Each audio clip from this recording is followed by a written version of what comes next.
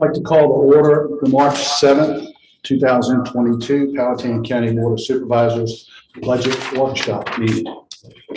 We could have Mr. McClung lead us in the Pledge of Allegiance. Ms. Carmack, do the invocation. Pledge allegiance to the flag of the United States of America and to the republic for which it stands, one nation, under God, indivisible, with liberty and justice for all. Dear Lord, please guide us today as we seek to do the people's business. Amen. Amen.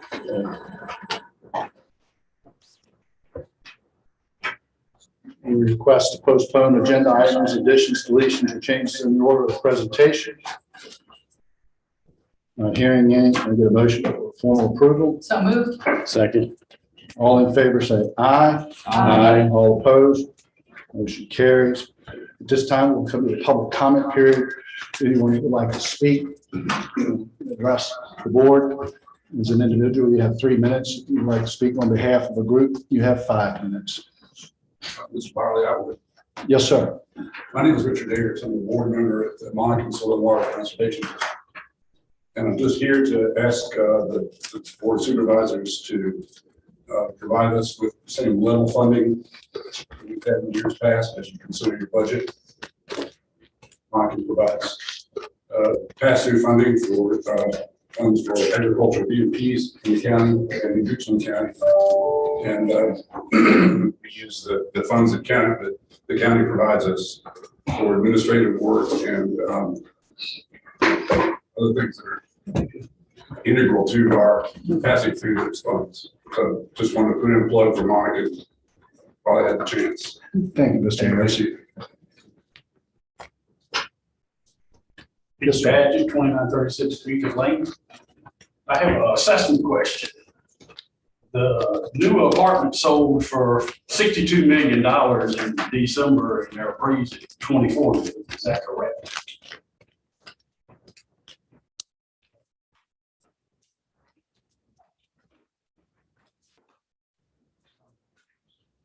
Well, Harry Markman, 3701 Hope Meadow Road.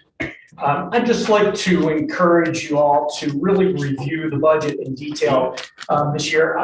I spent 20 years in local government, and I know how it goes when you're not spending your own money. It's coming out of someone else's pocket. There are plenty of really good organizations out there, like this gentleman just brought up, but we're headed for some really rough times. $4 a gallon gasoline is just the start of it. You're going to see $7 gasoline, just like it is in California right now. The citizens of Powhatan County are going to be hard pressed when food prices go up. We just did the assessments and raised a lot of assessments, and I understand that property values are up, but in very short order, money's going to be short, and the folks in Powhatan County just can't sustain a large budget.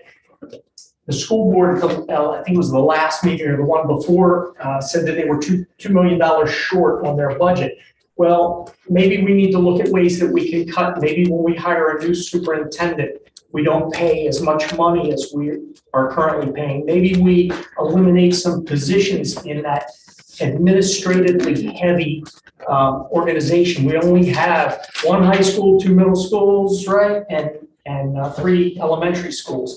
We got a lot of administration in that school system. Love the teachers, but golly days, we've got to save some money here along the way. Public safety, we all are concerned about. We need to keep our public safety budget as strong as we possibly can. Thanks very much. I just asked you to consider cuts. My last years with county government up in Maryland, I didn't get a raise for 5 years. It was bad times and it was drastic. And I hate to say it for all you county employees, but maybe this is the year where we don't get raises. Thank you. thank you, sir.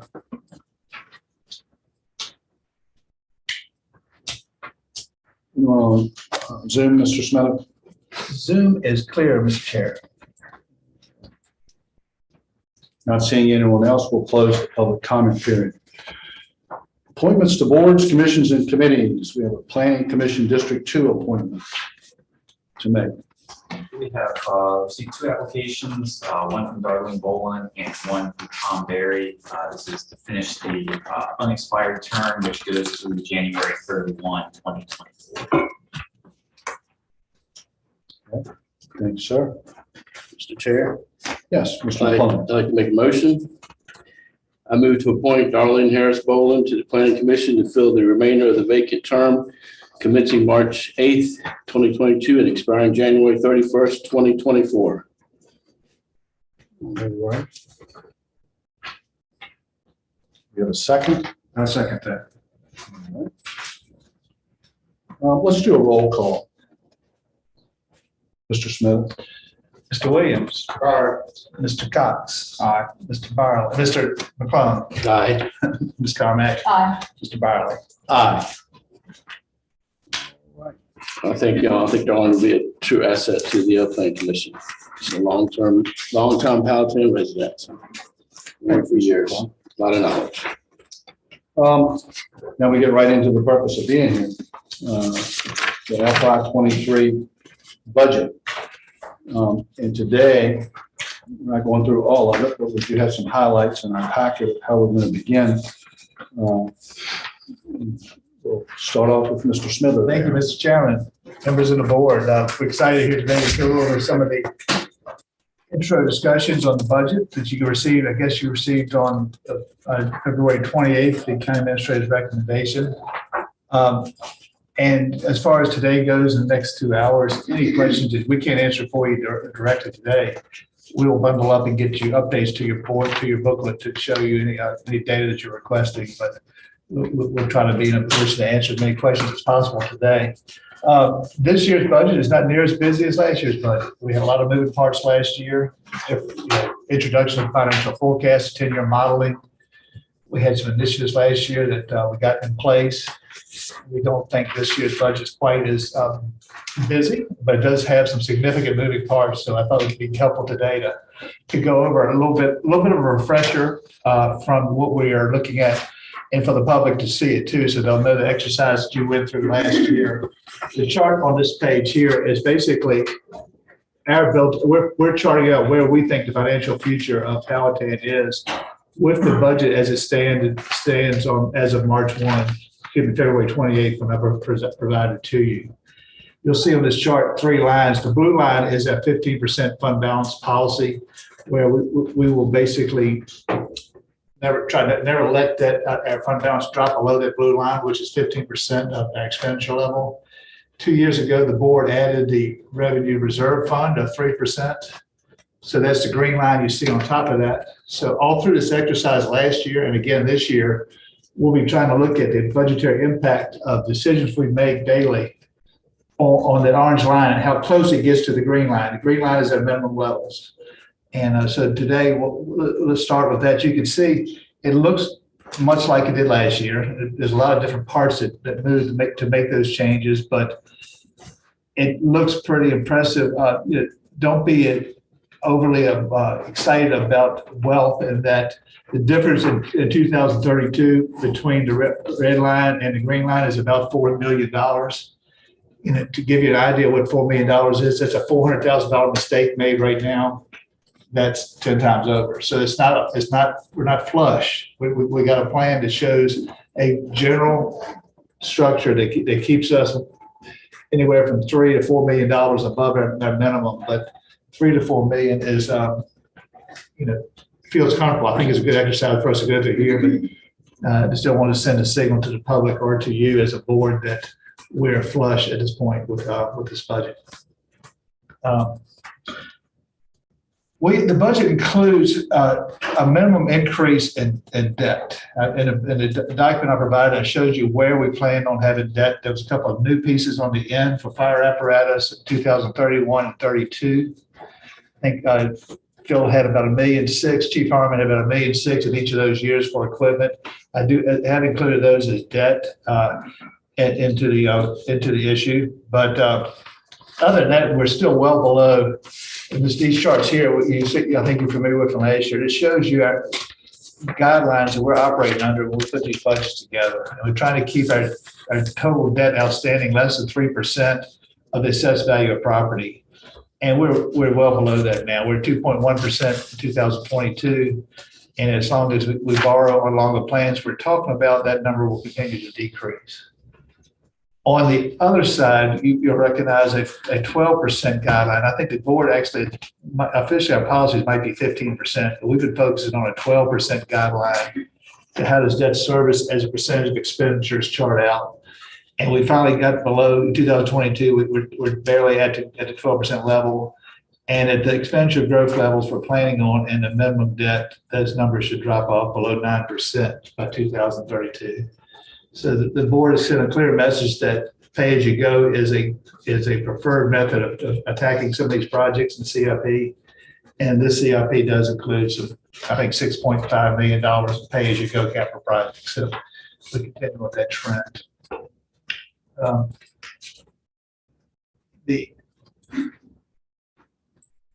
Excuse me one second, let me skip over one. The package that you've got here today, the one that was in the board packet had one change, and I wanted to highlight this for you. In the middle of the proposed column, we included the school cafeteria as part of the operating budget. Typically, I don't include that in there. And so I've stripped the school cafeteria numbers, and you've got a revised number in your packet that shows the school budget of $52.66 million, which is the number that was in my proposed budget on March 1. Mr. Smith, would you circle the one with your cursor that's been changed up there?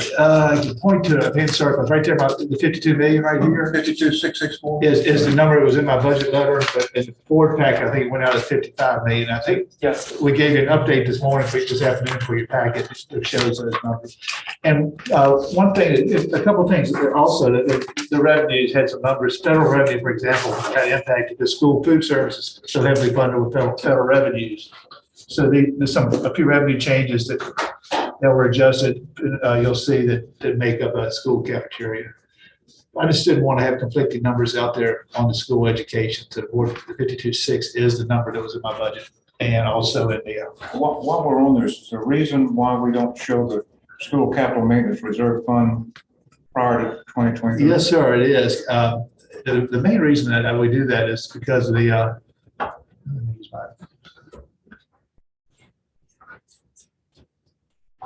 my mouse is really weird. We go back to the initial page.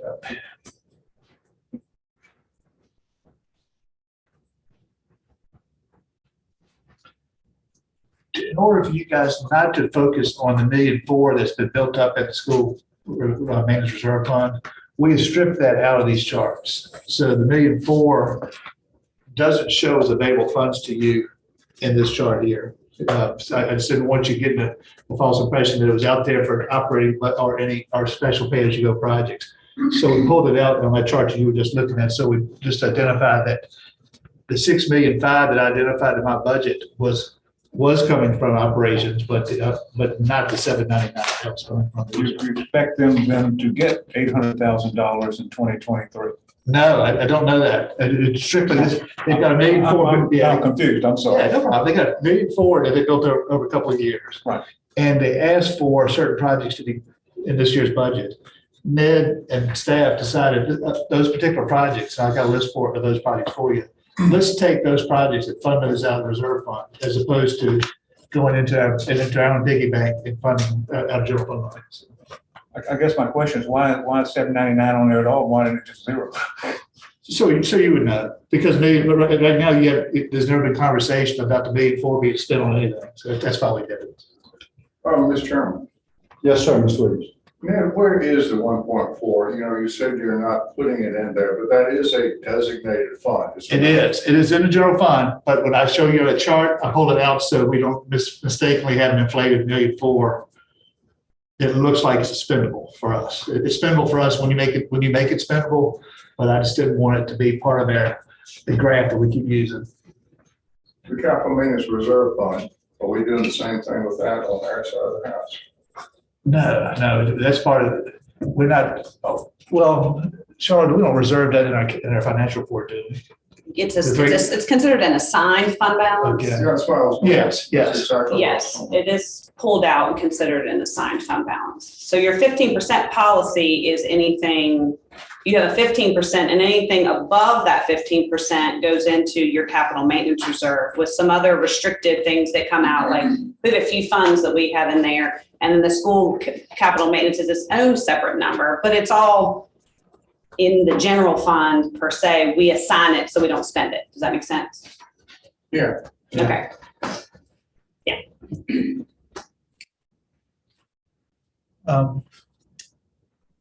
This chart here, I thought was interesting, for lack of a better word. Counties are in our region have adopted tax rates, and we talked about this last year, trying to own a 79-cent tax rate. And you can see, some consistencies with Chesterfield, I guess with every locality, Chesterfield, Henrico, Goochland, and I guess that's it, and Hanover. In Hanover.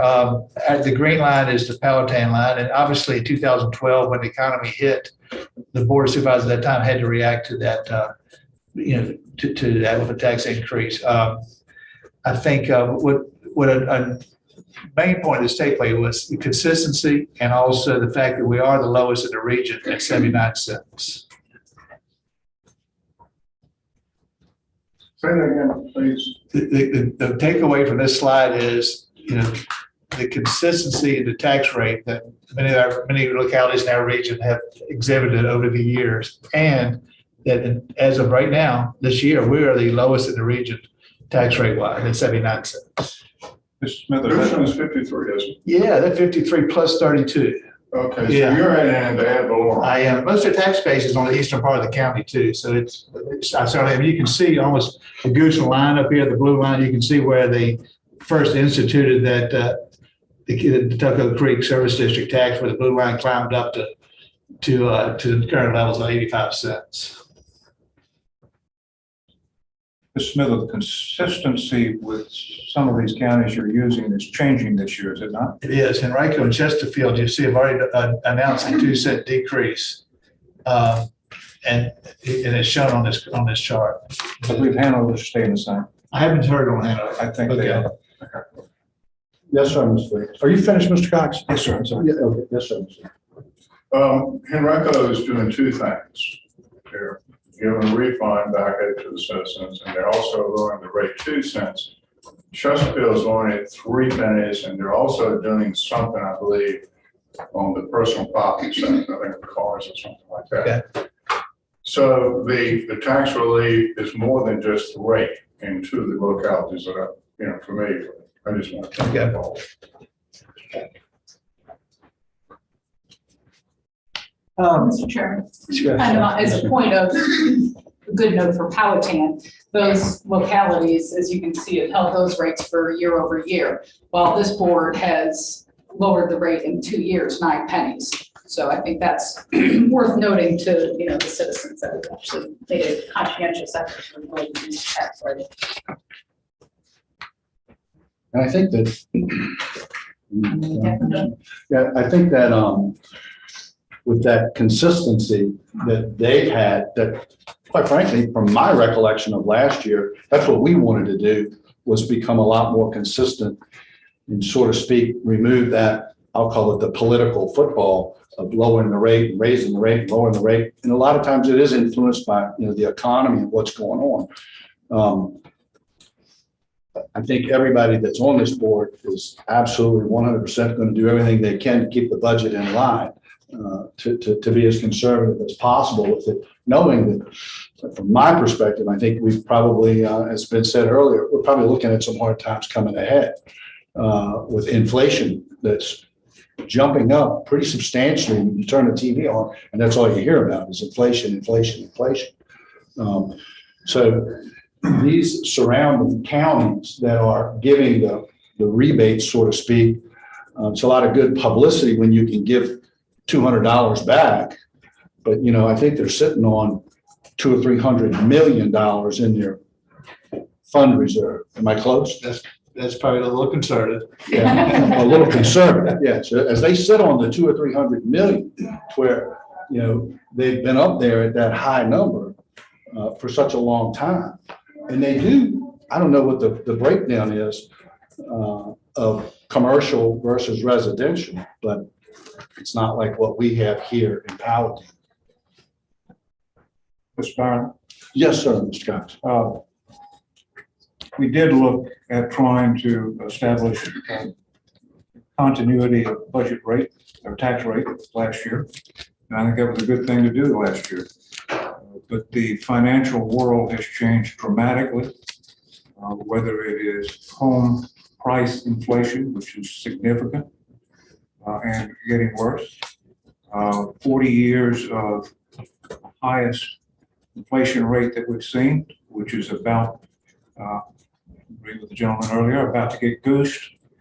We aren't, whether it's the war and what happens to that, or whether it's the underlying thesis, I don't know.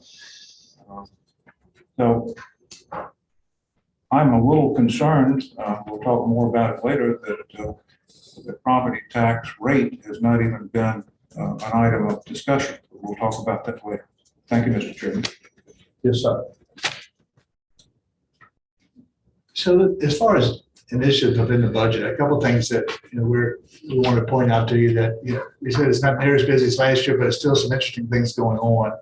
The first thing on the list that we're excited about is tax relief for the elderly. You know, right now we do $800 per as a max per homeowner that qualifies, and $800 of real estate taxes at 79 cents basically gives a break to a homeowner who has a house value of $101,000. You know, and but by doubling that, we're proposing a doubling that rate, it would double up to $202,000.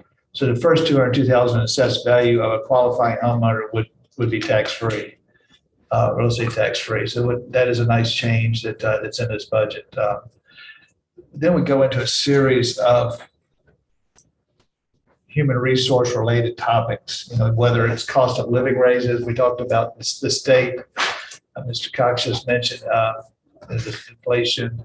The state is showing us the next 2 years of biennium 5% funding for both, you know, for all state supported positions, which for us is a good portion of our school teachers and a good portion of our constitutional officers. For example, I think in our sheriff's office, 50% are supported by the state comp board, and we always end up wrestling with the other half of any raise. But this budget does include, and the modeling includes, a match of the state's salary increase of 5% in 2023 and 5% in 2024. Healthcare, we knew was coming, got a break last year, but we didn't expect a 19.1% increase. That's, I think, a third quarter number. We could have a slight change up or down on final numbers. Is it? I don't think it's going to do much. Okay. For whatever purpose, you know, our claims history has gotten worse this year, whether people were waiting for appointments because they couldn't get in for COVID or whatever the circumstances are. We've got $465,000 in the budget to cover the increase in premiums that we absorbed by the county, and to make sure that the employees did not have an impact by that increase. Because we feel like competition wise right now, we got a couple of things that we wrestle with as we compete for staff. And healthcare, we're not the cheapest. We're slightly higher than some of our competition, but we did not want that gap to widen. I don't know how right now the schools detail how they're proposing to handle their piece of that healthcare increase. I don't think that the initial budget discussions include that position where the employees are protected from the increase.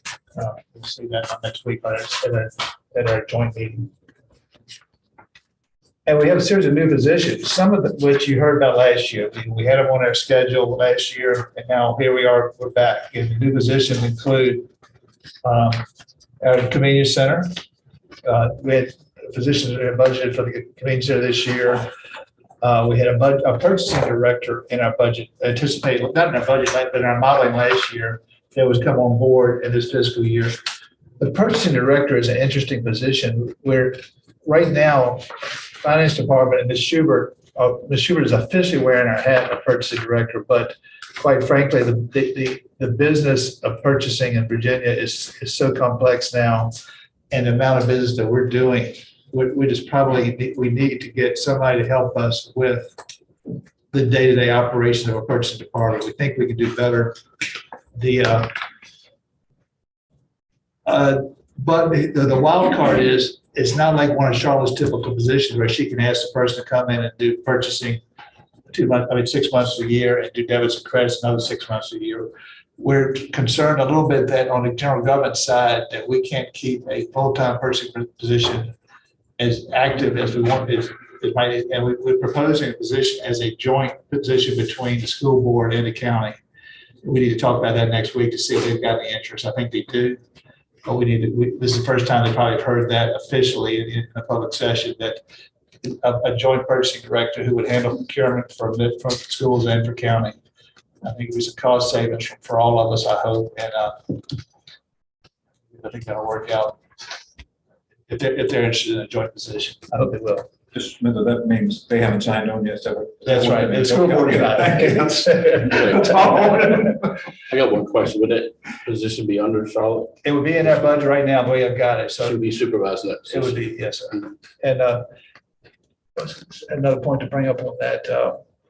Right now, Ms. Carter in Public Works, her staff, it's almost like helping every department in our county out, because so much time they spend for helping Charlotte with RFPs and bidding work, contract work. We could save some time everywhere in the county by reallocating those resources back to purchasing. So I'm looking forward to giving Ramona and Carter's team, and Public Works, some relief that, because they're doing most of our big project bidding anyway. The fires, one change in fire station number 2, I mentioned our budget letter. We had, in the past, we had ESS helping us with rescue at fire station number 2. They were about $180,000 a year and going up. We thought this year they've been a great partner for us in a variety of different ways over many years. But the concept that Chief Harmon brought to me was substituting in 3 full-time firefighters at station number 2 for about the same money that ESS would probably be in our next fiscal year. So that sounded like a win for that region and for our fire operations. So those 3 positions are new. First time you've seen those on discussion. I think it's pretty much a revenue neutral. By the time we do fringe benefits and outfit for the firefighters, should be right about where ESS probably would have been in a new contract. Mr. Chairman. Yes, Mr. Carr. On that note, I would like to get some more, even though it would be a revenue neutral thing, I would still like to get some more information on that. I'd like to see the call volume. Is the call volume increase such that it warrants hiring 3, full-time people? And if you could, while you're doing that, get the information from Mr. Warner on the kind of staircasing of the employees that we've hired recently for full-time for fire, and kind of do a corollary with the call volume so we can see, looking out, what we could be looking at. Chief Warner, are you online?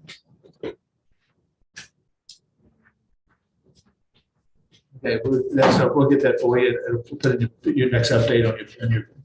Thank you.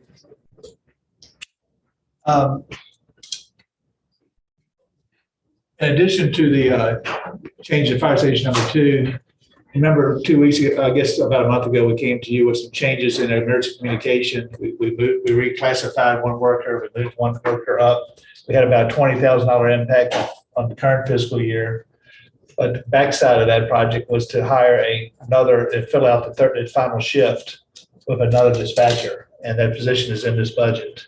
So that's new that you haven't seen before. You have seen it because we talked a little bit about it a month ago, but it wasn't in last year's budget presentation. Ms. Smithers, when we had that discussion, we had to take a person and give them a position to take care of essentially paperwork, right? Okay, documentation, and then we promoted the person, okay, to. So this is, I'm trying to get this daisy chain lined up again. Okay, so this is the 3rd person. This is a new person. We were short one full-time staff member from having a three-person shift well, I'm not sure which shift it was for Mr. Nolan, but he had two people on one shift all along, even after the promotion. So we had a void that is causing overtime issues. But before we made the reclassification, the void at shifts was causing overtime issues for coverage. So we've always had, Mr. Nolan, if you're online, if you can help me on that as far as coverage, but this will get us up to 3 dispatchers on each shift. And hopefully we'll have some savings in overtime because of that. So. Can you hear me, sir? Yes, we got you, Tom. Am I right on the fact that this is one position that's been out there for a while? Yes, sir. It's something we've been working on for some time. We have a part-time staff that allows us to fill many of the slots, but midnight shifts is what we're looking for. And a full-time position provides us a lot more latitude and also impacts us our overtime, because when we do have persons sick, training, or out for extended leave, if we have to pull all the day shift in, and it's always overtime impacted by that. Mr. Smith, I'd like to piggyback on what Mrs. Carmack said. I'd like to see some call data in terms of what's happening there. Same thing that she asked for on the fire side. Let's see what's going on in terms of numbers. Sure. One of many things Mr. Nolan's great at is call data, so we can get that for you. Thank you. Thank you, Tom. Thank you, sir. We have a public works floater position plan. Right now, we've been using a series of part-time workers. This position would help Parks and Rec, buildings and grounds, public utilities, convenience center. Basically, our ability to hire a full-time person in public works is greatly enhanced when it's full-time versus part-time. And this floater position will give Ms. Carter some flexibility in staffing in all 4 of her agencies. And the final topic is something the board has emphasized in the last year or so as far as our Parks and Rec programs and staffing. And this is another technician in that area that we've got in the proposed budget. I think you missed the Maintenance worker too. Oh, my bad. I did get, I'm sorry, I got my details between the two. The floater, the maintenance worker too is a combination of 2 part-time positions into one. Again, that's easier for us to hire a full-time person than 2 part-times. Ms. Carter, I believe the floater, Charlotte, the public works floater was a new position. That's a new position. Okay, that is just a straight up new position. Mm-hmm. Thank you. So the maintenance worker combination of 2 part-times, one person increases the cost because of benefits now? It does. Yes, sir. It's a benefit cost as they. It is. Okay, got it. And we already talked about the 5% raise. So in the two years of bud planning here for the raise. So that was, it's intense on human resources. Most of the changes to this budget. We got it comes to Chief Warner now. Our new budget has some CIP components to it that Mr. Bo will help us look and guide us through. Mr. Chairman, before we move on to that, Mr. Smith, can you go over the 5% raise, just for clarity's sake? If we take the 5% raise that comes from the state, what portion we pay, what portion they pay, as opposed to if we just do a flat 3% raise, like that we had anticipated year over year, last year's budget? There is a portion of the funding that comes to us that's allocated to the incremental raise from the state for Comp Board and for Department of Education. And so as long as we agree with them and do provide a 5% raise, then that full funding, I should say full funding, their proportionate funding will come to us. Then the question is, how much do we end up holding for the employees who aren't? And that's the same bond we got in last year. There's no different. It's a 2-year bond now because, and I think there's some language I saw coming out of Beta where they're trying to address just that. So we talked to Delegate Ware about that in our meeting with him. We just, when these raises come out for the Comp Board or Department of Education, we end up holding the bag for the other half that they don't fund. And when I say holding the bag, it's unfair to give. If we have 40, if we had 50 deputies and 25 of them had a comp board written by their name and 25 of them do not, it's unfair for us to pick and choose. So that's the same policy has put you guys in a spot, and the rest of the state of Virginia, on how they handle that with funding. And so this budget does include 5% for everybody. A portion of that 5% will come back from the state. If your question is how much do we have in the estimate for the state, we can get this, we can get that breakdown for you. How much does it really cost? Right, how much does it really cost the Okay, county we of get that for you. Powhatan? Mr. Chairman, Yes, sir, Mr. Williams. one of the things that always bothers me is down at General Assembly, whichever party was in power at that time, they'd always take a victory lap. So we found 5%, for teachers or for whatever. But what they only do is put up an amount from the state based on the composite index. We put up the matching amount to be able to draw that down. Additionally, what the schools do is they're only putting money in there for the stands of quality positions. So all the school positions aren't even covered. So going back to Mrs. Carmack's question, it's a good question, because we are the systemic impact on us countywide is much, much greater than it is on the General Assembly. So I want people, that are here today to be able to understand that, because that's an important point. And you're going to get back with her, right? I will. I'll give the 5 board members a breakdown of where we were with the 5%, and what portion of that 5% came from the state, what portion comes out of our pockets. Mr. Chairman, I'm sorry. No, go ahead, Mr. Cox. Go ahead. I'm still not quite sure what you have you have a flat 5% in the budget. I do, and I have some increased revenues. And not the incremental amount that we're going to have to pay. No, I've got 5% in there in growth, so the salaries are going up 5%, and I'm offsetting that by a fractional amount that represents the increase in state money that offsets that 5%. So I've got the full 5% in these numbers. So on the expenditure side, you have 5%, and even though that's not going to cost us 5%. It's going to cost us some, because we're going to get reimbursed. Right. But over on the revenue side, you have, okay, I got you. Yes, sir.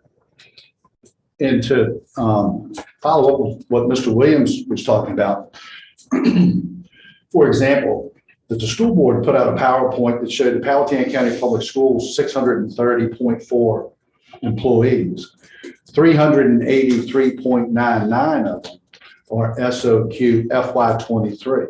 Wow. So that's the point. When you start looking at, as Mr. Williams says, and I agree with him completely, the officials, elected officials in Richmond take that victory lap that we're giving teachers a 5% raise, even if it's to, the comp board applies to the school system and the sheriff's office in Powhatan County, right? Sheriff, And then there's the Department of treasurer, and clerk's office. Yeah. But the most significant ones, largest volume of employees with the sheriffs and schools. So when you start saying that you're giving, when those officials in Richmond say they're giving a 5% raise, really, it's only to that 383 people. I mean, 3%. Yeah. Correct. Right. The rest of the employees at the school system, the taxpayers in this county are paying that raise. They are. They are. And I agree with Ms. Carmack that we need to know exactly what's the difference of what we're paying between the 5% and the 3% that we budgeted a year ago. We budgeted out for 10 years to pay a 3% raise. Mm-hmm. Good, bad, right, or wrong. That's what we budgeted. And we also, when we did that, we went into the pay-go up there. So to keep our debt down, I can tell you now, I haven't changed. Mr. Chairman. Yes, sir. Mr. Bill, in your comment, again, I want people to understand, it's not just the number of employees in the school that are eligible under stance of quality. It's the fact that those that are eligible, we have to put up the county share to draw down state funds. Absolutely. So I want to make it perfectly clear, it's a smaller amount than just the number of employees.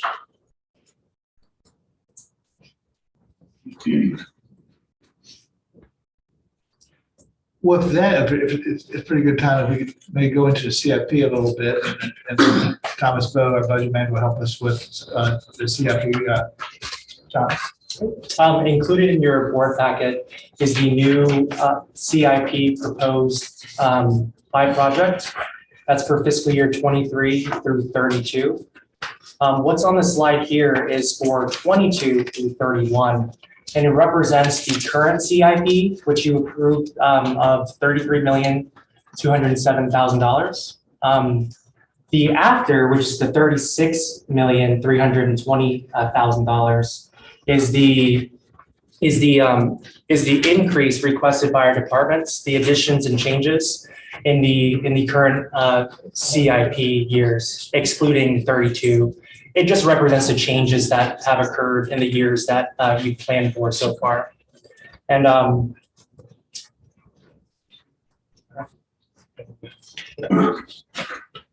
one second. So we listed out the primary changes here, and I'll go through what some of them are.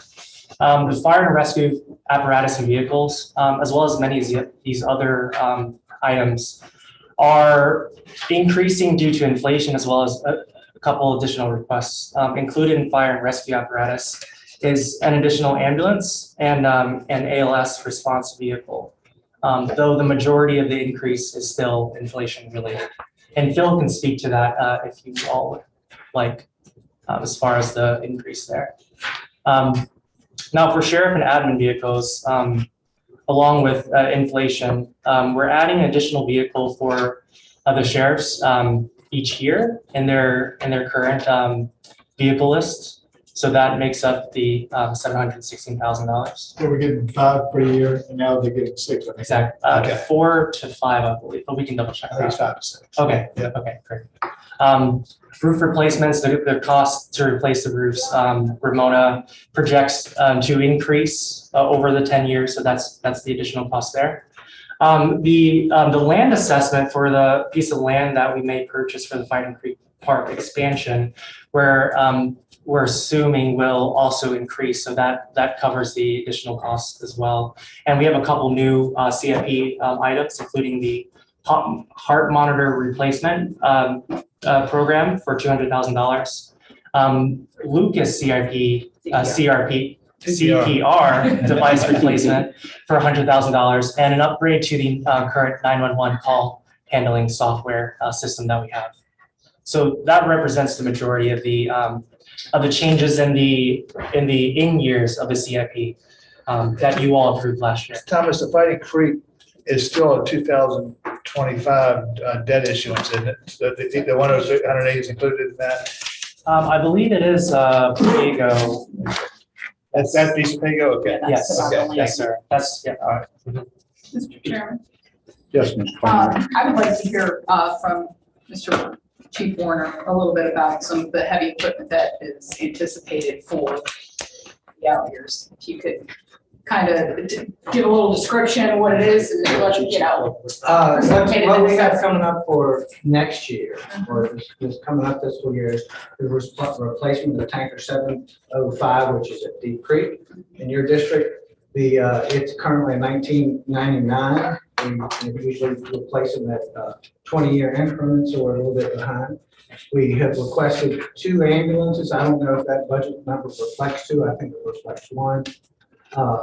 So that's in our normal replacement schedule for ambulances. We're at about close to a 7-year replacement plan on those, just normal replacement time. And then we have 1 staff vehicle in that. After that, without seeing the list, it's hard for me to speak exactly what's in the future. I know we have it planned out, but I just don't have a list to talk about. No worries. The biggest thing we saw in this past year, in this 1 calendar year, is the increase in the price of our apparatus. And we've seen from 12 to 17% across the board from our manufacturers. When we purchased our last fire engines from Deep Creek and Macon, we're at roughly 525,000 round numbers.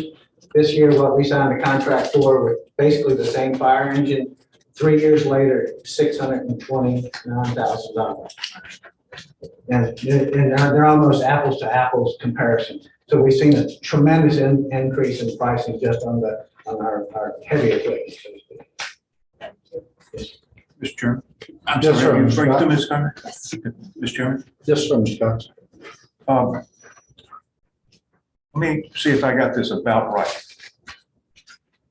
The first four items, the 1,000,002, 700,000, 160,000, 108,000, which are right at that's right at 1,000,009. Those are inflation adjustments. Part of it is. The sheriff's vehicles, if you take one vehicle per year times 10 years, the 500,000 of that is new vehicles. So, I mean, this is us recognizing that inflation is real in our equipment, okay, already. And there's no reason to believe that the next year there won't be another number. Is that correct? That's right. I mean, that's important for the citizens of Powhatan to understand. This is, it's not just the gas pump. Right. Thank you. Thank you. Thank you.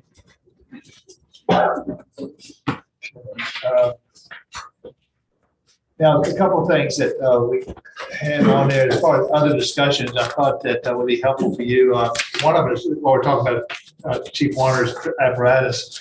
In 2031 and 32, there was two large pieces of equipment that he requested that I've added to your debt list. So you'll notice in my budget letter, there was two new pieces of debt out there in that time frame. So we'll do a short-term lease, maybe a 10-year lease on that apparatus. The $1.6 million ballpark on each piece would be a significant hit on fund balance in years 31 and 32. So we do show those being financed, but it's still in a grand total of debt that you saw on the previous page, a relatively minimum use of that.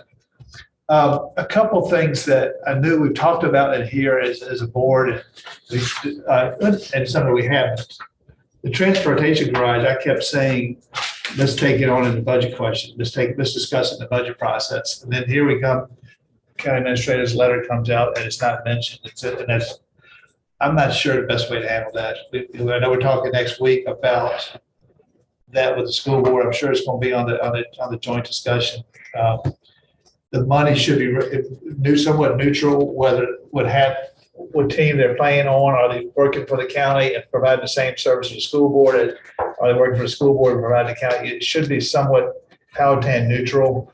But so the budget does not address that. That's more of an administrative decision we need to make, in discussions with the school board. So I just didn't want you to think I forgot it, just because I know we talked about it for 6 months and it wasn't a financial impact that I could see that really impacted the budget. We have talked about space, and one of the initiatives I've got in this budget that I've not turned on is the introduction of a possible administration building. And that discussion can go 100 different ways. We've got space behind their existing administration building to build something if we ever want to build something. So that topic is a new topic that whether it gets any momentum at all during the next month during our budget discussion, totally up to you. But we've got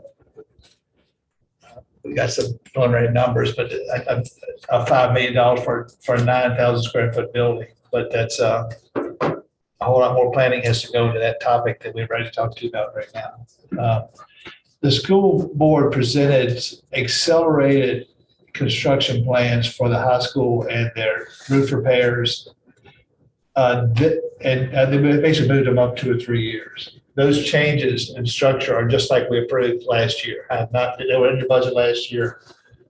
I did not change them and accelerate them. If we do accelerate them, there is some impact on debt service, the extra 2 or 3 years of debt service that fits into this plan, but it doesn't break the back. So, but right now, the high school improvements are still just like they were when you approved the budget last year. That's still like right at $13 million. 13, yes, it was in total. 13.5, if I remember right. It's just for the high school. The high school. Is that right? 13,750 Okay. total. Yeah. Mr. Chairman, Yes, sir, Ms. Cox. and we're not seeing the increase in students that would justify that, right? Well, I'm not sure I think the student count is down, you're right, but the roof repairs are roof repairs and they, whether kids are in there or not, so, but you're on. Don't they have $2 million coming from the state this year That's being debated right now. for construction? That's being debated. So, whether they get that or not, I guess we'll hear it next week or so from the General Assembly. And then we heard about how they use their $2 million. We've heard Dr. we've heard various budget discussions, how do they use their 2 million? Right now, I think it's probably 50-50 whether they get it or not. So, Mr. Chairman. And when we had the conversation earlier about the capital maintenance reserve from the schools, 1.4 million in there, and they want to pull out 800,000. Shouldn't say they, that's us, right? Schools. Your staff has proposed that, they have not proposed it. Okay, so that's coming from us, not from the schools. Correct. With their, okay. They proposed it from us, Right, because proposed it that, from us in general. that sort of goes over our policy, if my memory's right, it's 50% available to them. If it's 1.4 million, the maximum they could get would be 700,000. Under, is it? If that's what it is, I mean, I don't, It's 50% for renovations and construction, and then 50% for one-time capital needs.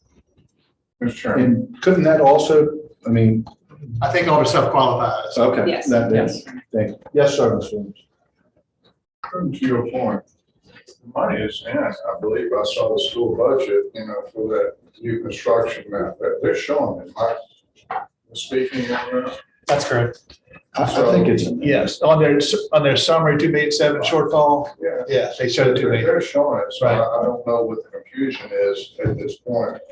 So help me understand, what is the confusion down in General Assembly where they're communicating the amount through the schools and we're trying to make decisions, is that a real number or not a real number?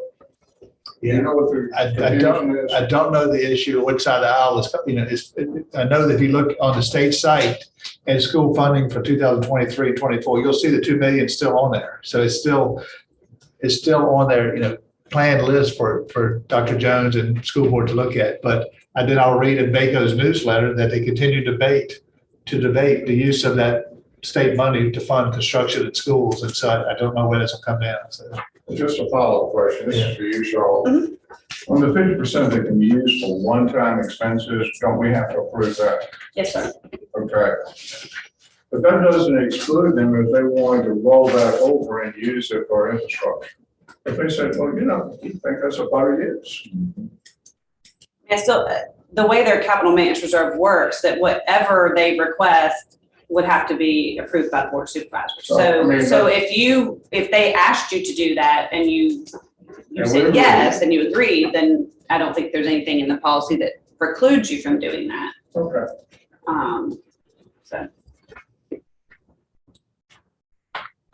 But I think you wanted to clarify, the 799 in here was not them asking us Right, to put it in. right, That was right. us saying they have some projects in there that meet that we would normally pay for, or they're requesting out of general fund funds, and we thought those would be a good use for some of their capital maintenance reserve funds.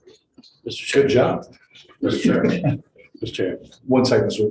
Yes. The roof replacement at the high school, that included new HVAC, also Yes, correct? because it has So it rooftop wasn't just a units. roof, it was Right. for all the units. It was. Okay. Thank you. Yes, sir, Mr. Williams. I remember not that many years ago, they had 9.6 million in their budget, and that was in the I got moved from the 5th year to the 8th years. And that was for the expansion of the high school. Where are we on that?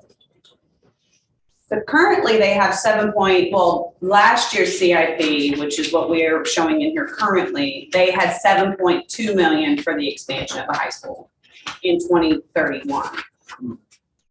So, and then the other money that's in there that makes up the 13.7, most of it is roof replacement and HVAC rooftop units, which they want to do at one time because they have to take the units off to replace the roof.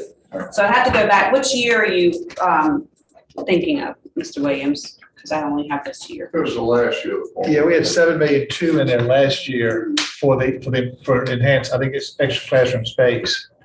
There wasn't HVAC and Students, what they say, it's gonna possibly. we have that as debt funded. 300 and some students. Does that I sound was right? thinking 300, yeah. It is 300, yes. Yeah. And it wasn't that long ago that they spent, I think, 800,000 out of that fund. 800,000 might be the wrong number for the chiller. It was, we gave them We gave them- 300-ish and they came up with the rest. But Right. yes, the chiller went bad right before school started, so. That was in like the last 6 years. Been since I've been here, so I have to look back. I can tell you quite exactly.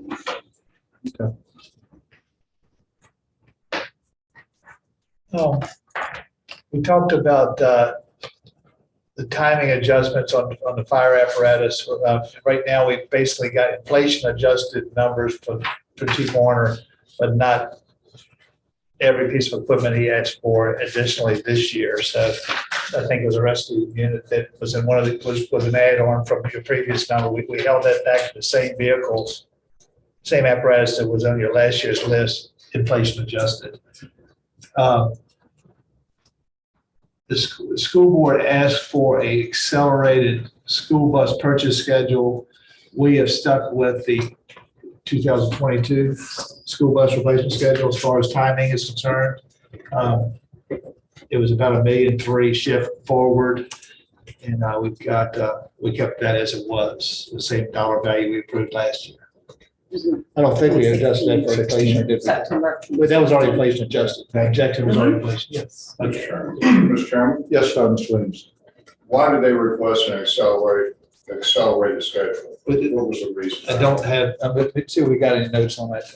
Tom. On this, the high school? On the School buses. Honestly, I don't think they put a lot of notes in there. They just No. changed their 10-year schedule. So without speaking with Mr. Johns about it, which we can get that So we can information. talk about that with this. Sure. Yes.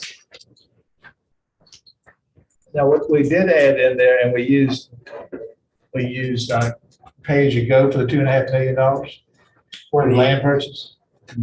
Yes. Yes, we got pay-as-you-go, so they got $2.5 million land purchase that is a new to your budget this year. The purchasing director, something we just talked about a while ago with, will they think it's a good idea to share those, the purchasing director? And the use of additional debt for 31 and 32. It's not a backbreaker. Still, our debt ratios are still pretty attractive. I misspoke. The land purchase is debt funded. The land purchase $2.5 million. And what year do we have it being? We have that in 28, added to this year's CIP. Okay, that's a new item in the CIP that's debt funded. Yeah, so it might lie that way. So it's just other things that might come across, that could come up, in the budget discussion this year. Let's talk a little bit about schools, if you're okay to transition to some more details in schools. Yeah. The 52,664 is the number, and it's the number you saw on your updated sheet this morning. And the key to this discussion is the local funding. Or local and the state funding. You'll see on the second line, the state funding increased as projected by $9,000, which is 0.0%. The proposal that the county administrator has made is an increase of $2.117 million, or 8.9% over fiscal year 22. Which is about $660,000 less than the initial draft of the school board's budget, where they were basically needed us to come in for about $2.7 million. We saw the $2.7 million shortfall in their initial budget. So we're $661,000 short of that. As we did last year with this budget, we tried to calculate the 52,664 and the revenues that were offsetting that. And we basically back into the $26 million. Now, we know that the composite index for the state changed for fiscal years 23 and 24, and it put a damper on our growth in state revenue. That's why we're seeing basically a 0% growth there. And that will impact us again next year, fiscal year 24. And after that, we'll start seeing some improved state funding offsetting our funding.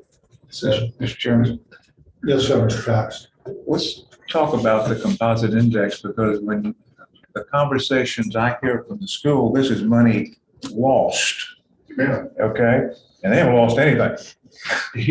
they lost. I mean, their level of funding that you, Yeah. okay, so why are they being penalized by the composite index because they didn't get more?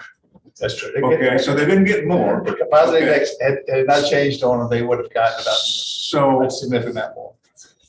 how does that, I don't understand, not getting more means your budget is in worse shape.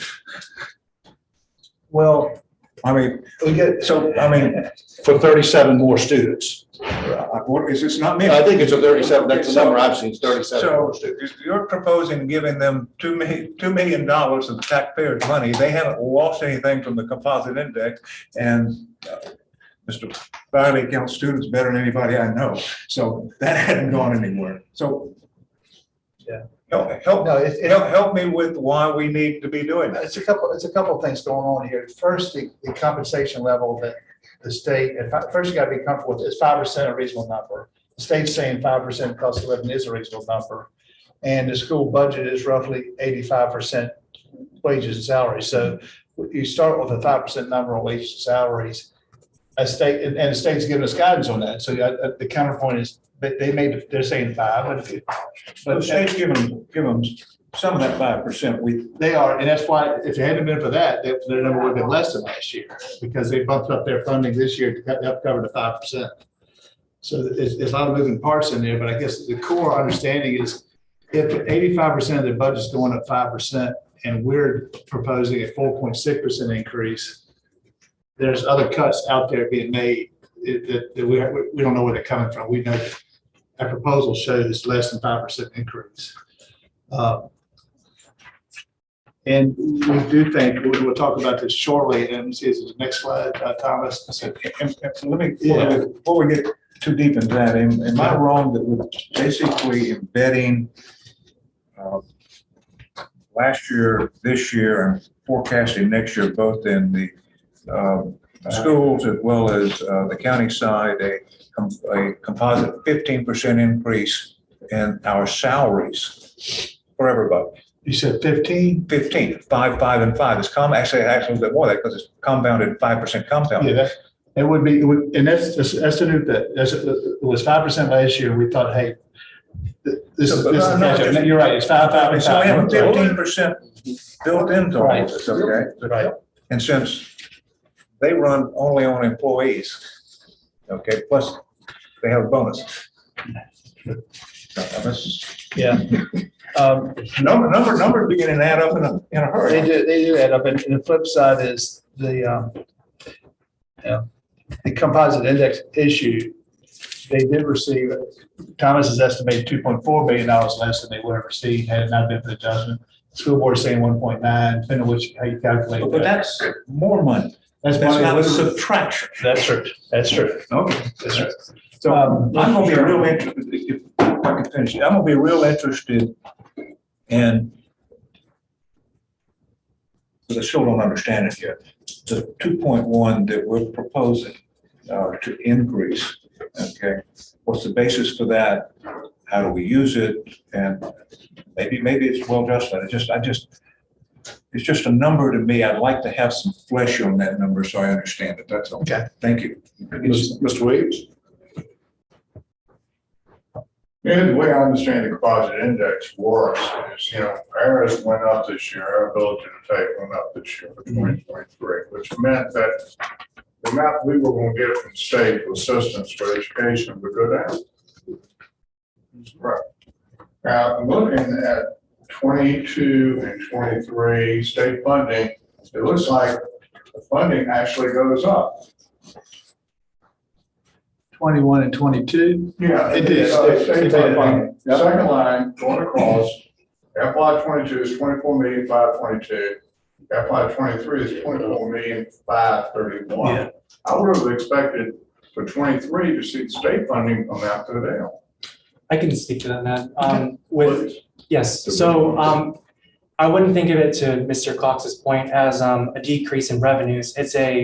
It's lost revenues they would have received. So my calculation of 2.4 million, they'd be closer to $27 million in state funding. Because of the composite index hit, they no longer have that 2.7. which brings us to nearly level funding, though technically a small increase in state funding. It's lost revenue, So you're backing up what was going to be, that's not going to be because. essentially. Okay. Yes, sir. It's a little bit different than the way my math works. It's kind of hard for me to lose something you never had. That's the way I look at it. But I have last year's revenue and expenditure summary from the schools. And what they got last year was an $871,999 increase last year. And then in their report that they put out, the composite index impacts that they put out, I guess at their last meeting, I don't remember the date, it's on February 8th, 2022.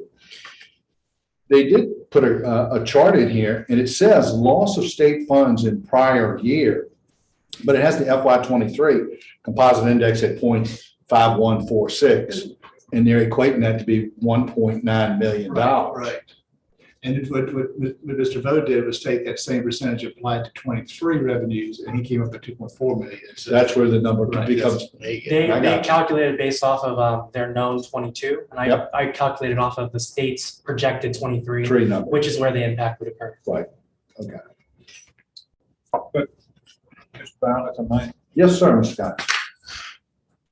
kind of quoting Mr. Byerly, it's hard to lose what you don't have, right? I mean, I'm gonna sell tomatoes this year, okay, and I think I'm gonna get $3 a pound on average, but if I only get $2.50 a pound, is that income that I should have had? No, you spent that other 50 cents before you sold any of them, is what you did. You spent your 50 cents early. I have a feeling, I really should, you would have taken, don't talk to me, don't know all the details, but I have a feeling that we're going to see programmatic requirements of state is funding that bump their numbers up to keep it up, to get it back to 0%. So we have new state money that came into the system this year. We would have had 2 million for more, but the programs that they're funding now, we've got to implement. So I have a feeling that the schools are going to give us some guidelines on that. Sure. Yes, sir. If it's programs, if they're going to be funding new programs, they're going to have fences around, right? Yeah, to go away. Okay, to go away. so Right. It's not going to give us any flexibility in terms of the budget because it's going to a targeted area. So yeah, that's I'm anxious to see what I should know that, but there's got to be new revenues. It grew from 24,522. It grew to 2.4 million, but if it lost 2.4 million, we broke even. So there's some other injection of funding into our schools from the state for 2.4 million that got us back to ground zero. And we'll get more details on that next week.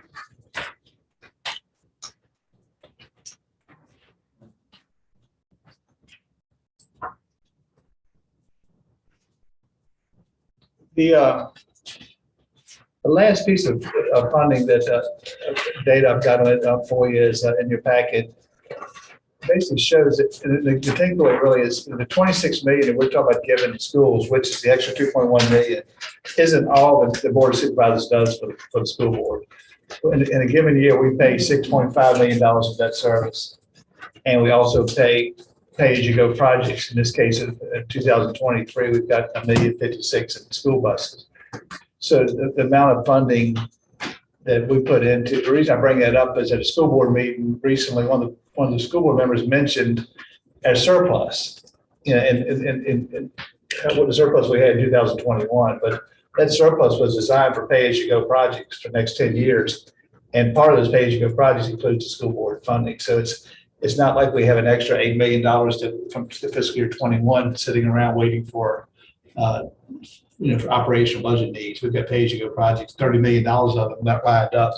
So this chart basically shows you the total that's up 32 million if account debt service, 33,000,006 if account school buses of funding that you put into the school system on the annual basis. Just a couple of informational charts down below. It shows you how the money splits out between, we talked about the wages and benefits. We anticipate in fiscal year 23 that almost 45 million of the $52 million will be spent in wages and benefits. But they're 58% of our budget, right? They're 58%. That's a number we can use and walk with.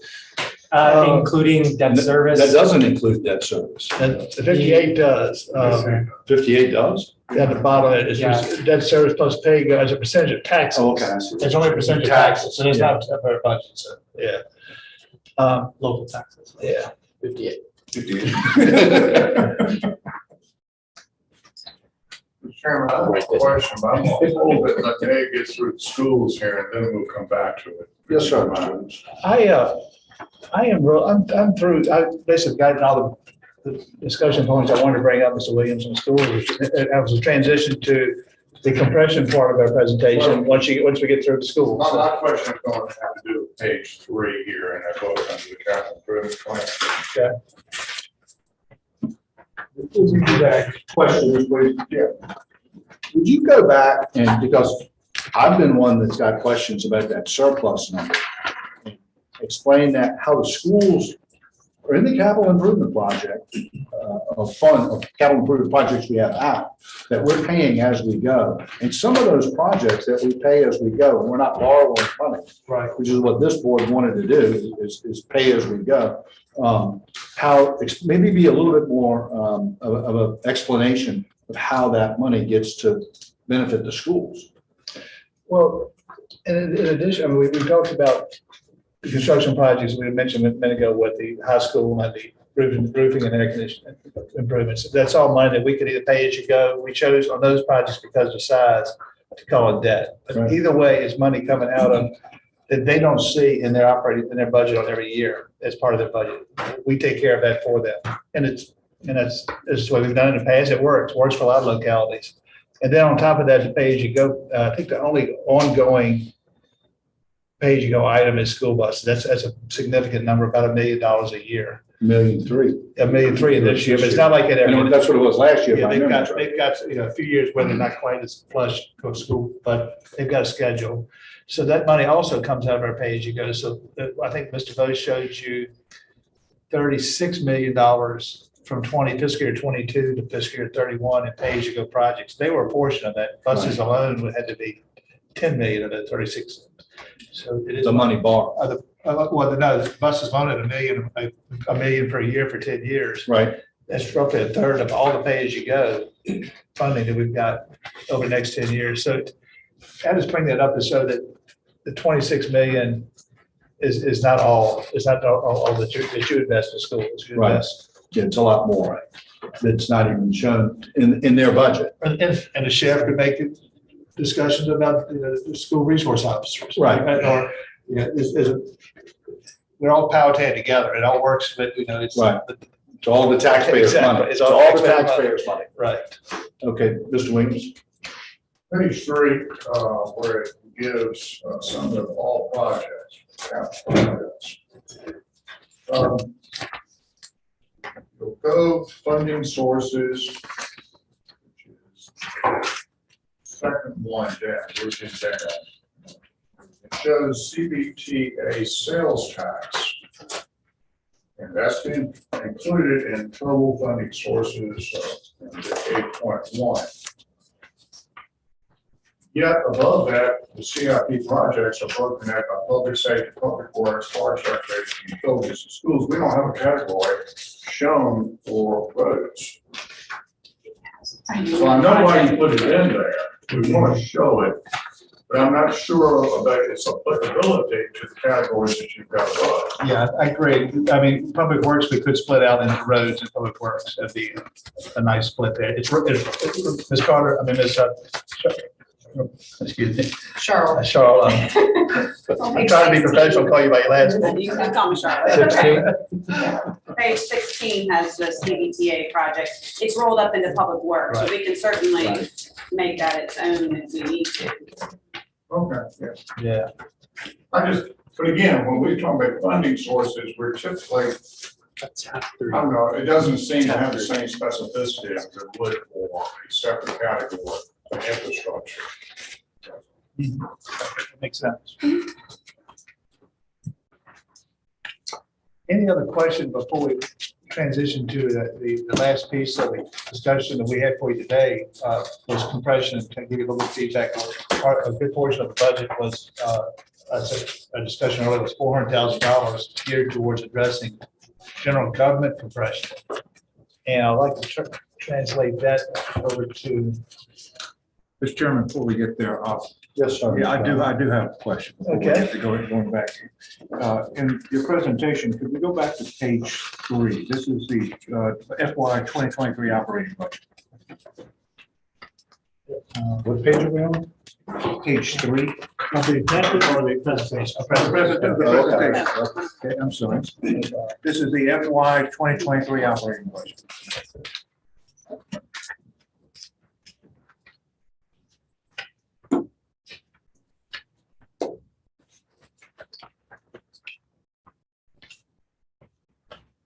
That one. One more. Okay. Gotcha. All right. Thank you. All right, top line. I want to get, I need a real number. Okay, or a percentage, and it isn't a real number. If you look at general property taxes, FY 2021 was 46,000,004. FY 2022 is 45 million. Okay, that's the adopted. Right. So it went down. Okay, that's not real. Right. Okay, it's not real, okay? And so the percentage increase is not going to be anywhere close to 9.3%. We've got 2 years of property tax that are going into FY 2022 actual, which is a June number. So we already have a pretty good idea of what that number is going to be because you've got it in the model. So I assume the FY 2023 proposed is right, but the percentage change of 9.3% is, we're not going to be anywhere close to that. It's gonna be less than that. It'll be significantly less than that. It is. Our budget looked like it was too conservative on the 22, 45 million. Well, Yeah. but 45 million was a proposed number. We already know, you've got the book, you know what it is. Yeah. Okay, so what's it gonna be? Well, It's not gonna be 45 million. we haven't collected the June 5th taxes of fiscal year 22 yet. So, and that's based off of the assessed value. So we've got 6 months in under the old tax. No, but Yeah, we know what the new assessed value is. we did. Okay. Yeah. And so we know it's not gonna be $46 million, okay? It's gonna be, so the reason I'm interested in that, because that means that the total revenue, the 9.3%, which you're showing on here, okay, as total change for FY 2023 is not gonna be 9.3%. It's gonna be maybe half of that. That's what's driving the total revenue of 5.8%. Okay? That's going to go down. I'm really concerned as you put this budget together that we have expenditure growing significantly faster than our revenues. And it's going to be much more dramatic than it's shown on this chart. We're not going to get 5.8% revenue growth in 2023 because the denominator is coming up. Yeah. And you're exactly right. And the real issue is going to be school, because of the 2.1 million that we threw in for local funding and the state threw in zero extra. That's going to really impact the next 2 years. And we'll get back in balance 2025. I'm just trying to get to where I can understand 2023 because we're not going to have a revenue growth of 5.8%. It's going to be significantly less. I would like a better number. I would like a more realistic number from you. I understand how this works, okay? But halfway through, we have pretty good, and knowing what the book is, okay, what the increase in our real estate is, okay? We know that the 90,550,000 that's shown on here is going to be a lot higher than it is. That means the difference between that and the FY 2023 proposed is going to be significantly less percentage. Right. Okay. So I'm interested in looking at how fast we're growing revenue versus how fast we're growing expenses. And it seems this gap worried me. And this tells me that the gap is getting even larger. Well, Mr. Cox, you're so right. I'll get you that information. One thing that might give you some better sleep at night, if you look at the dollar change, under this revenue assumption is $5.2 million increase in dollars and the expenditures is $5.4 million increase. So when you see it as dollars, it's just quite as scary. And then we start talking about that dollar change versus the school funding change. The 200,000 versus 2.1 million we're putting in makes you feel a little better about it. We haven't put in 2.1 million yet. No, Okay. but these numbers are based off that 2.1 million. What you, in my little bitty vegetable business, I can't grow expenditures faster than revenues and live, That's true. okay? Unless I'm gonna live off the tax deductions. So I'd like some help with what FY 22, and it would be a guess, I understand that, but what it really should look like. Thank you. You're welcome. I'm sorry, I'm through. No. Absolutely. Mr. Chairman, Yes, sir, Mr. Williams. man, to follow up on, Bill's questions, what was the book this year? What was the total amount of the assessments that we? 5.159 billion. Oh. Good. So, excuse me, 0.159 billion. And that includes non-taxable properties of about 300 million. So I think it ends up being about 4.85 billion taxable. okay, how much of that was new construction? About 218 million, which is a little higher than we thought it would be. We remember we put in 80 million twice. Right. So we're 218 for this 2-year cycle. Okay, so briefly recap, it's 5.159 billion. We back it to 3 million, this non-taxable, I guess it's a 4.85. And then we back at new construction, which was 218 million. Is that correct? Yes. Yes.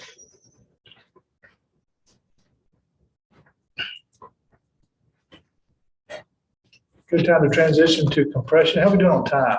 4:21. So we got 15 minutes. We've got about 40 more minutes. We got an HR director, Ms. Melissa Lowe, with us, and she's going to walk us through some of the heavy lifting we've been doing on getting our arms around compression. And I guess I got to get out of I got to stop sharing and reshare apparently. Hold on 1 second, so if you don't mind.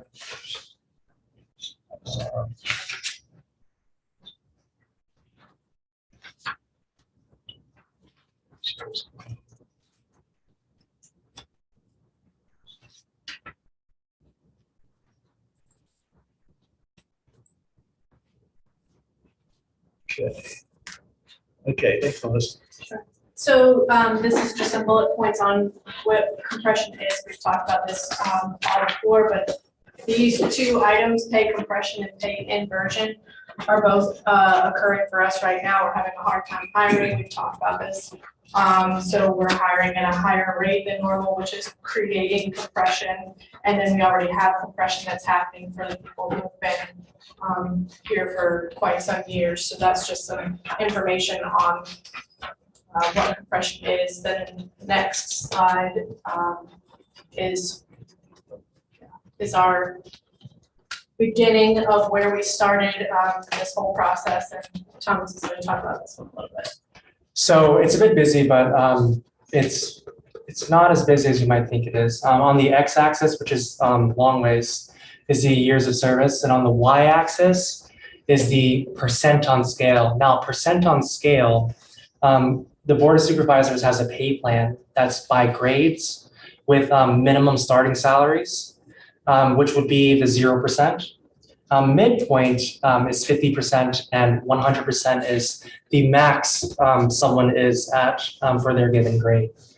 And this is a plot of all county employees currently, where they are in years of service versus where they are on their respective scale. And that line is a trend showing the growth over time. The longer someone's been here, the higher they are on their scale. And right now, focusing specifically on midpoint, the average employee would expect to be at midpoint at around 20 years. And this is something that we wanted to focus on when it came to addressing compression, along with the points that Ms. Lowe said. And going to the next graph, this is where we made our adjustments on a case-by-case basis.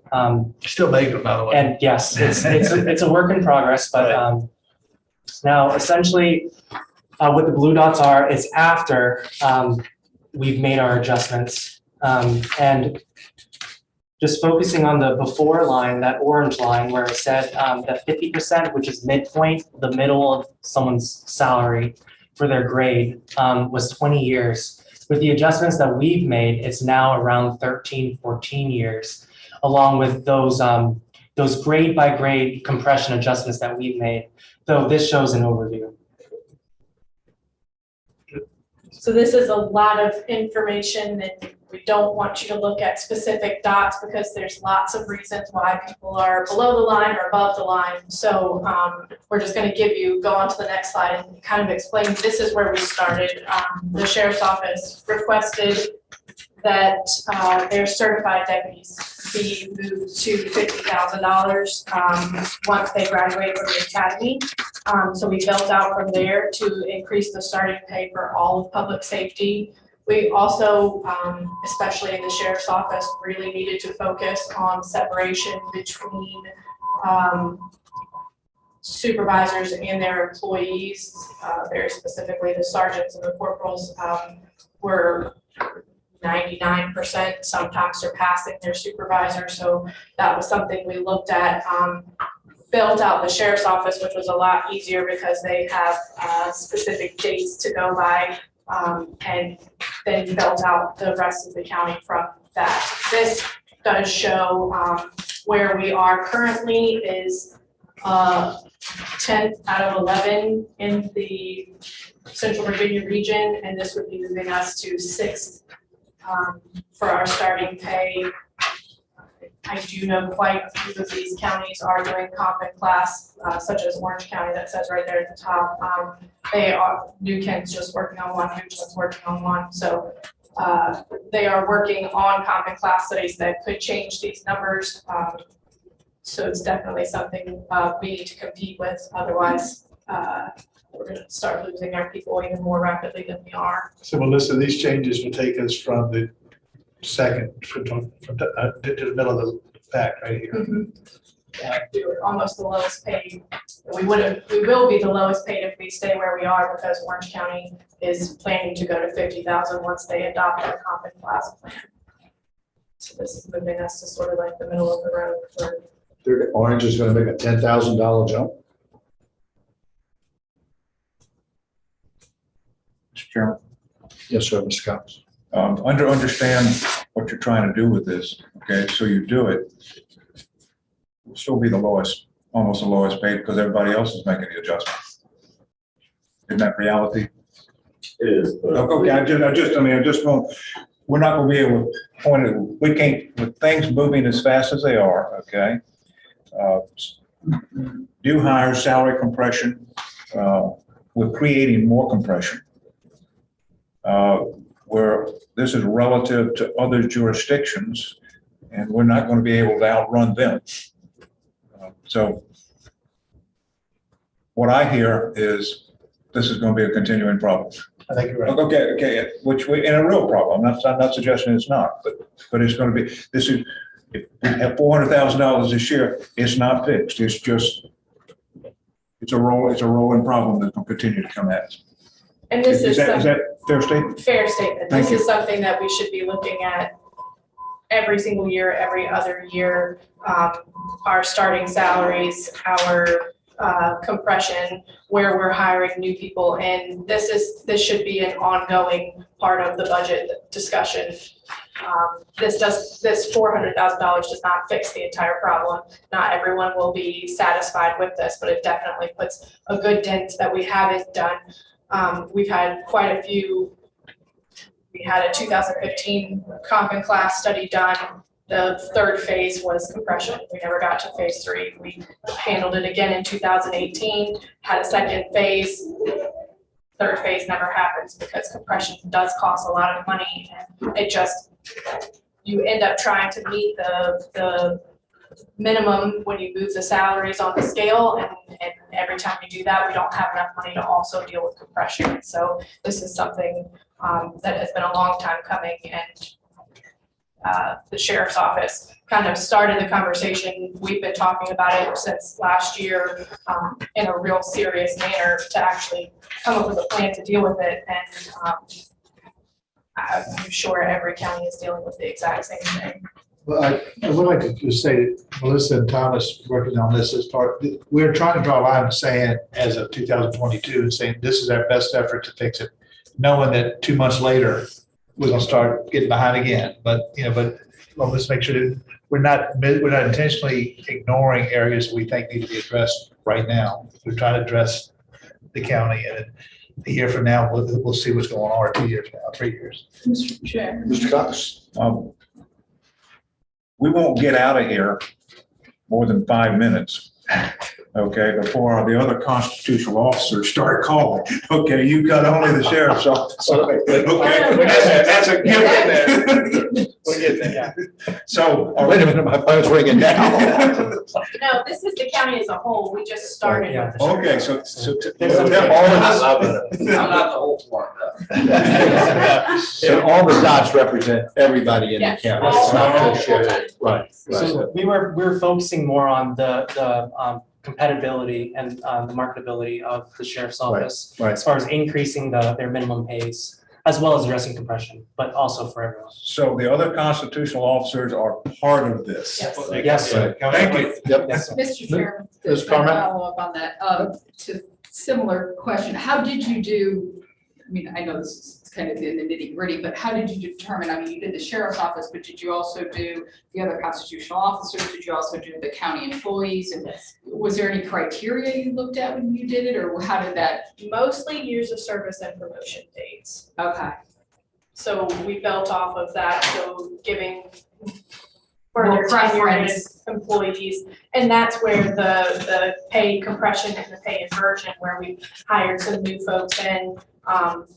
There are some outliers in there. There are some positions that may be graded with a bunch of other positions that aren't quite similar, that we just have a really hard time filling that position. So that person just becomes an outlier, and then we look at everybody else in that grade. But we took the sheriff's office, started there, moved to all public safety, and then we call it, it's a tab on our thing called everyone else. So everyone else, then we just sorted by grade and started looking at those all together. Thank you. So, being the sheriff's here, have we made an improvement?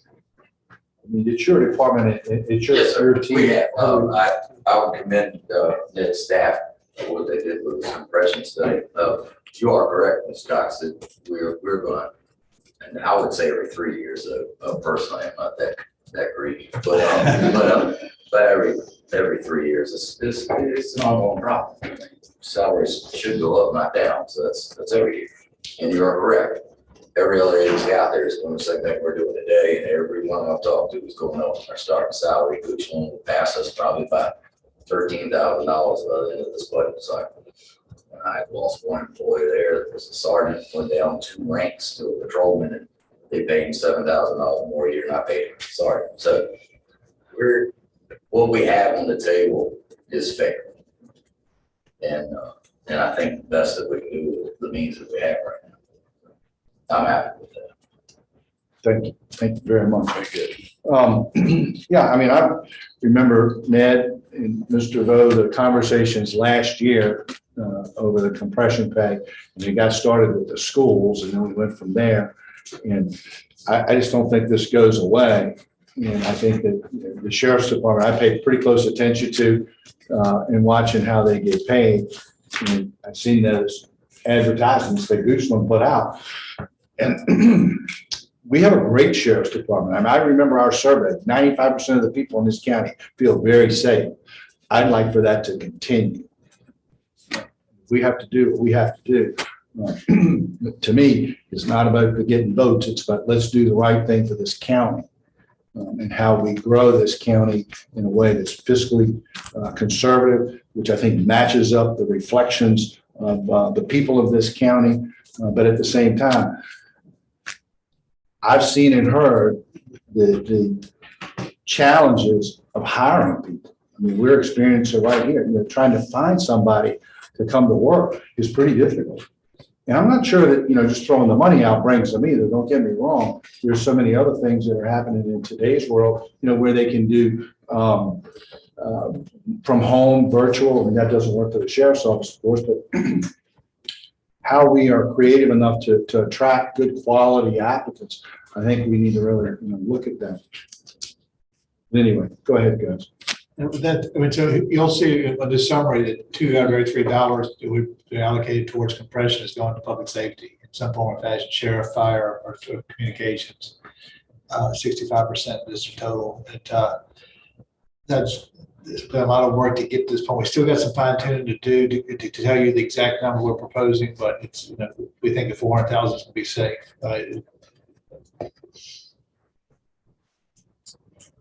Answer the, are you good? And then any more questions you may have. Anyone else have any other questions?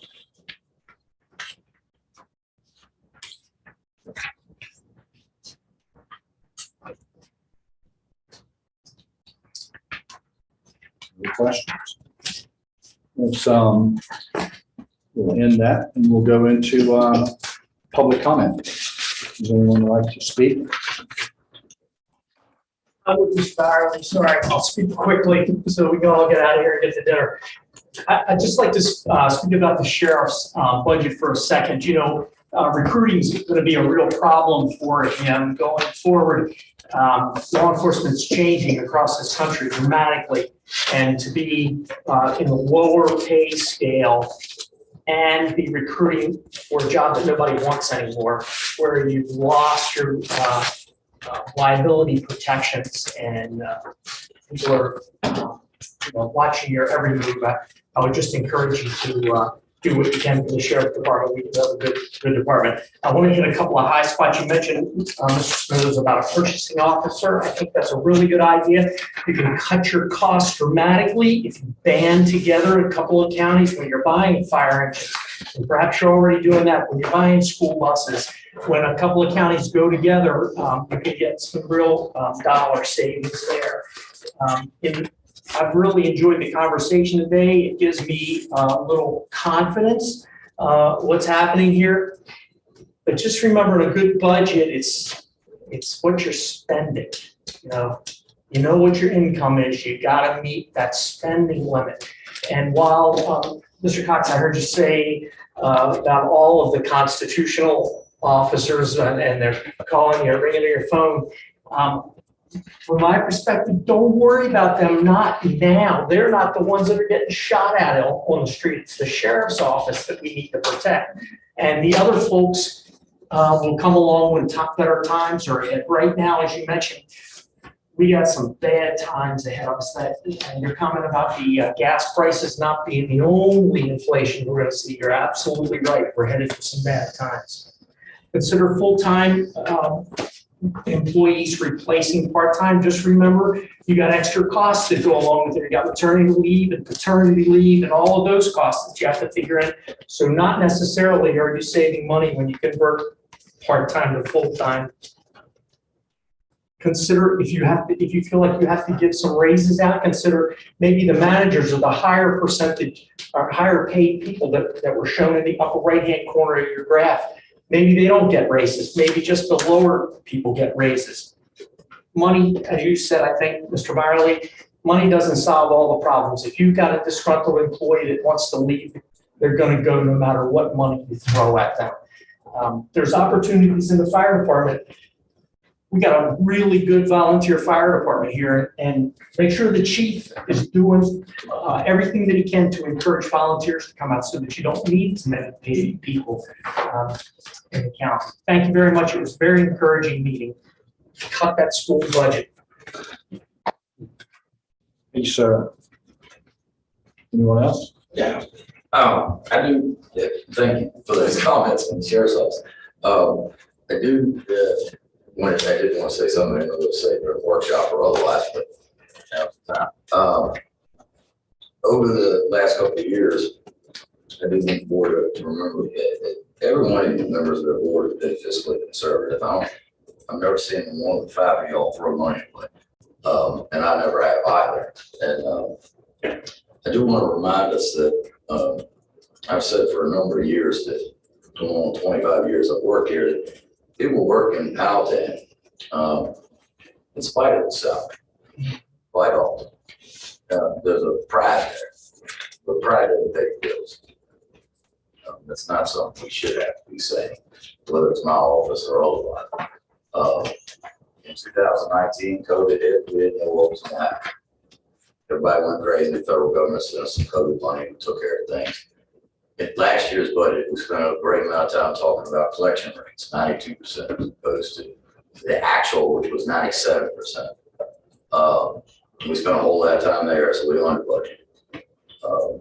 Sooner or later, we're going to have to fix this compression countywide. If we don't, and I'm not going to mention the agency, there's only one reason that I have a full staff. That's because of one of our local departments, poor leadership.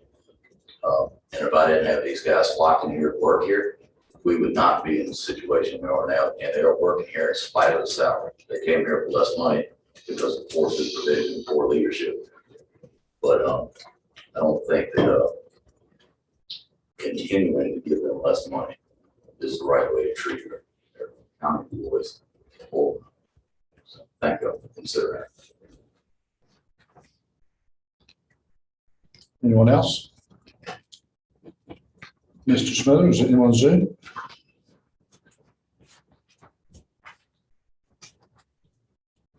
Zoom is clear, Mr. Chair.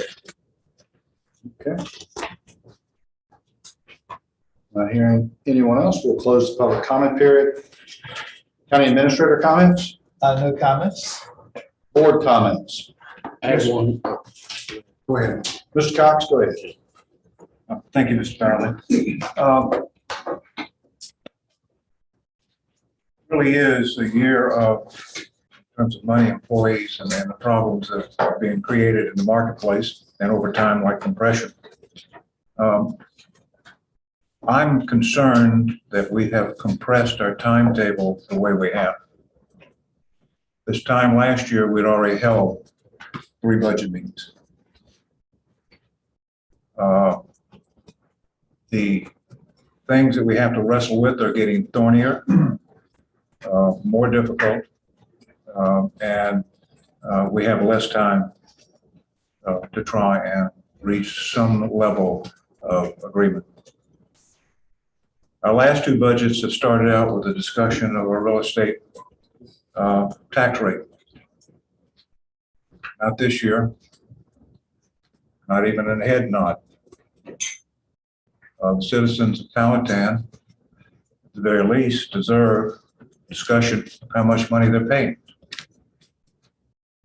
I would like for us to have had that discussion. But this budget starts with spending rather than revenue.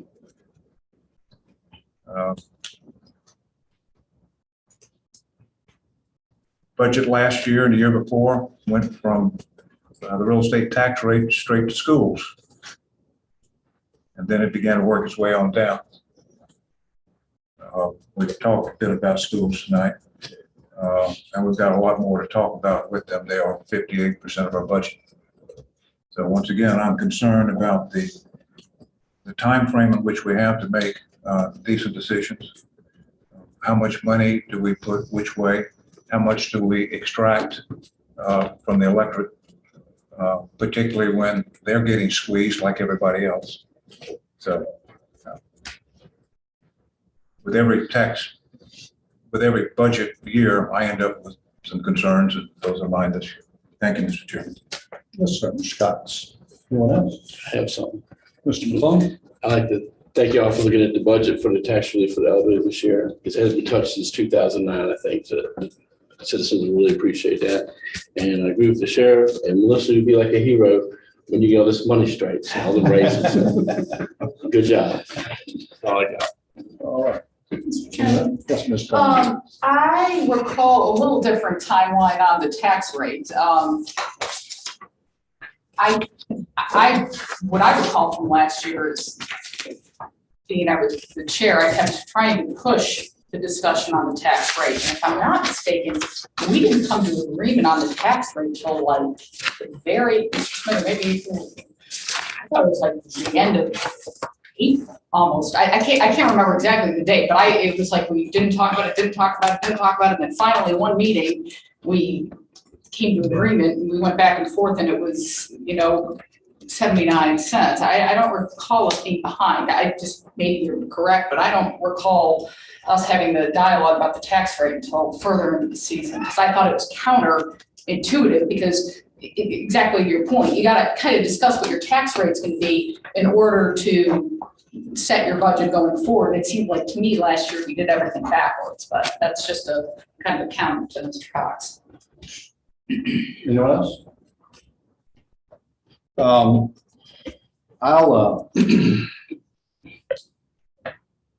just say, I think that in my opinion, I think we're somewhat on the right timetable to where we should be regarding all of this entire budget season. There's a timeline in this book. I think, Mr. Smithers, do you have a timeline of last year to compare of where we were last year and what we did? Just a quick little slide up there. We can see how close we are, because I thought we were pretty close where we were with things. If we look at FY22's budget, go ahead and tell us what. Looks like we got into the model last year. You guys, the first time you'd seen the forecast model was in this fiscal year, and we got into that 2 meetings in February, which were, but this year we actually had the budget intro on February 16th, and it was February 19th last year. The budget got released a day earlier this year, February 28th versus March 1. The school board joint session was March 15th last year. This year was March 16th last year. We adopted the rates last year on the 22nd of March. This year we're doing on the 28th. But then, Ms. Carmack, you mentioned the timing. There was a delay on when we actually decided to advertise the budget. The public hearing was May 3rd, and we adopted on May 10th. This year, we plan on having a public hearing on April 18th, 2 weeks earlier, and adopted officially on the 25th. So the wild card is the meetings in February that we had last year with the model intro, and this year we just had the one-on-ones. We didn't have to go through the model intro this year. We sort of knew what the model was, which was very good the way it come out. So I think we're okay there. I hope that everybody can just say what they want to say. And with that, we'll end it. Mr. Bowley, 1 second. Could I ask a couple of questions? Sure, go ahead. Last year, we had a different adoption date for our budget, our tax rate, did we not? Because we've now moved to an annual basis. If we want to change the June tax rate, Right. okay, we could do it much later last year than we can this year. Correct. Thank you. Correct. Is that it, Mr. Cox? Absolutely. You good job.